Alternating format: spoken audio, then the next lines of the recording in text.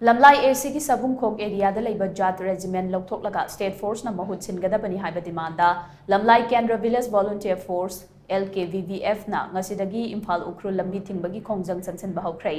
lambi THINGBAGI KHONGJANG asina maram oiraga Maikei adongi mahausa gi punsida chauna kaiba piri lambi asida gari chathok chasin tawbagi chang aduki matik hanthaki kaithel amadi dukana chingba amata hangnakide IMPHAL UKHRUL lambi da nupi yauna miyo kya thoraktuna lambi THINGBAGI KHONGJANG akan mamongda chathaki adumak lamlai AC gi MLA ke IBOMCHA na dibana si handoknaba appeal tawba lekrabani marag asida LKVVF ke Commander in Chief Wari Santana Thadorokpa video message aman hai red zone area da LEIBA khulsingda kuki khulai paiba singna kapningba matamda nongmai kaptharakli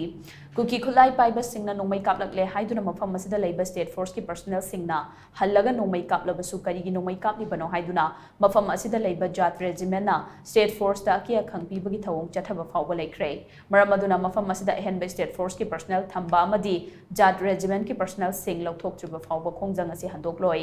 Hauzik Faubagi Wenadi Leingak Maikei Lkvvf ta Wari Sananaba Hairakpa Leitri Haina Wai Basantagi video message asina makhatari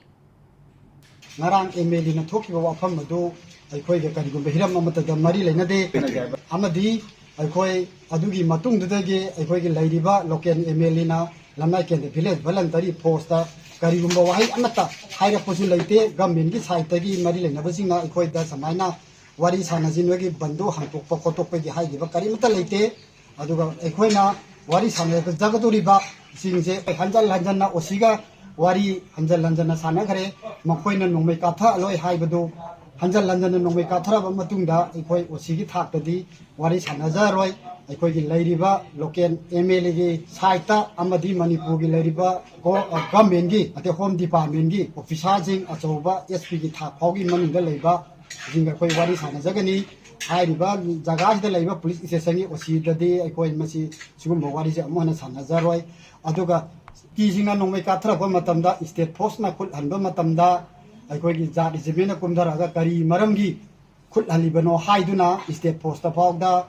ja regiment na puge tawi aduna hairiba wafam masida koi masi praja miyamna khangnana ba koi miyam da haijari Chathariba lambi THINGBAGI KHONGJANG asiga mari leinana LKVVF ki media coordinator Oinam Oken Sanan hai IMPHAL UKHRUL lambi THINGBAGI KHONGJANG asi Maikei asomi CSO Maira Paibi amadi club ki miyoi singna thamna pokpi da famkiba miyam gi oiba mifam amana warep lawkhibani masida lamlai AC gi MLA na yanaba purakle haina social media da phongdorakliba silaibak thibani khongjang asi handoknaba Leingak ki Maikei dagi hairaklabasu Maikei asomi CSO club amadi Maira Paibi singa khanaraga warep lawgani hauzik faubagi oina di yanaba purakpa Leitri haina mahang makhatana phongdorakhi Lauthokkiba akhoi total shutdown si makha chathadari da kariguma laibak thiba I samak su yaudana ngarang police station da unnabada akhoi lamlai gi LKVVF ki